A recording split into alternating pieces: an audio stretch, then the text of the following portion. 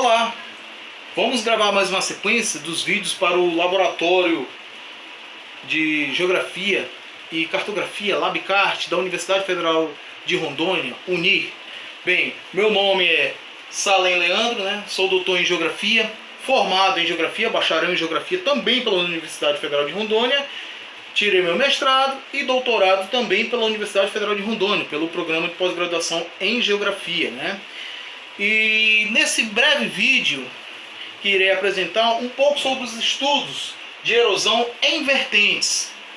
Observa-se que nós estamos num ambiente improvisado devido à pandemia, não podemos nos deslocar constantemente ao laboratório, então o mínimo possível deveremos ir lá, devido ao problema de pandemia, Bom, vamos lá,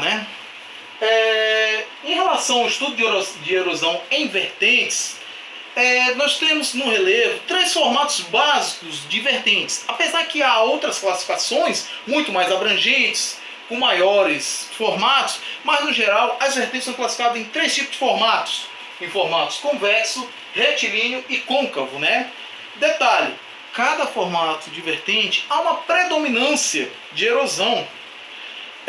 Em estudos, logicamente já desenvolvido em autores bastante consagrados como Antônio José Teixeira Guerra, Walter Cassete, Veloso, Mafra, Queiroz Neto.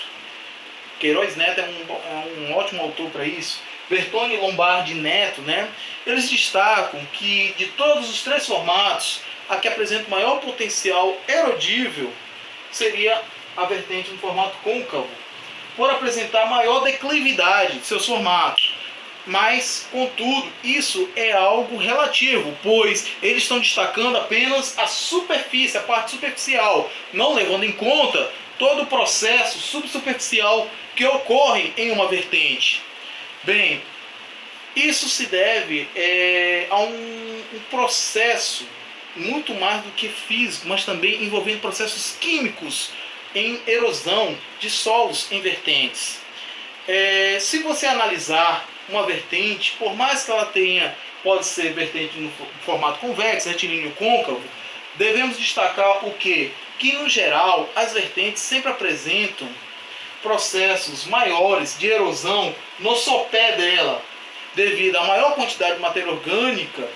Ela apresenta maior infiltração de ácidos úmicos e processos mais relativos à química de solo, que tende a diluir, dissolver as argilas e expulsar para o curso hídrico, para o nível d'água, NA.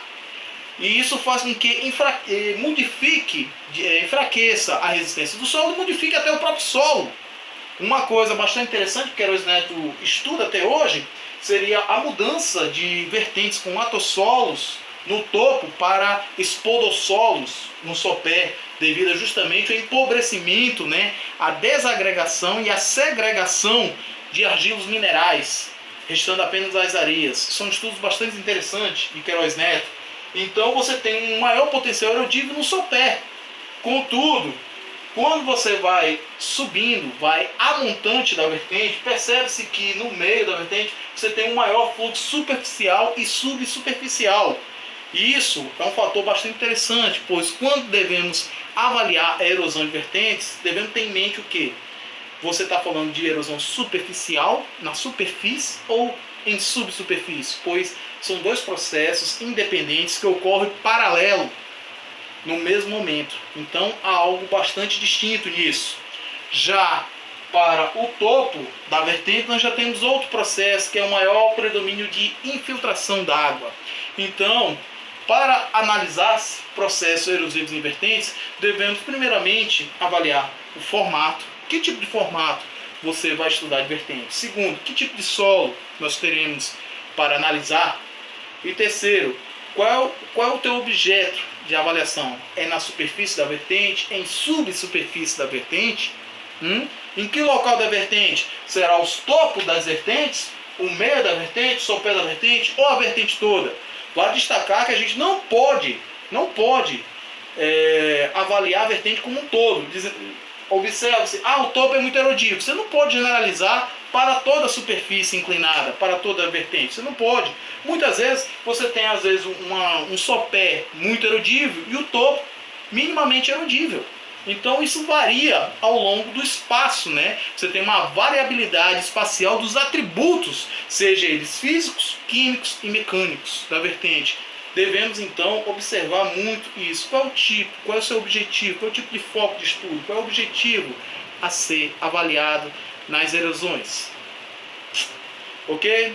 Gostaria de agradecer esse vídeo. Esse vídeo é mais uma demonstração sobre diversos tipos de estudos que podemos ter de erosão em vertentes, né? E os principais autores, né? Há muito mais, mas para começo de estudo seria muito interessante analisarmos Cassete, Veloso, Mafra, Queiroz Neto, Lombardi Neto, Antônio José Teixeira Guerra, né?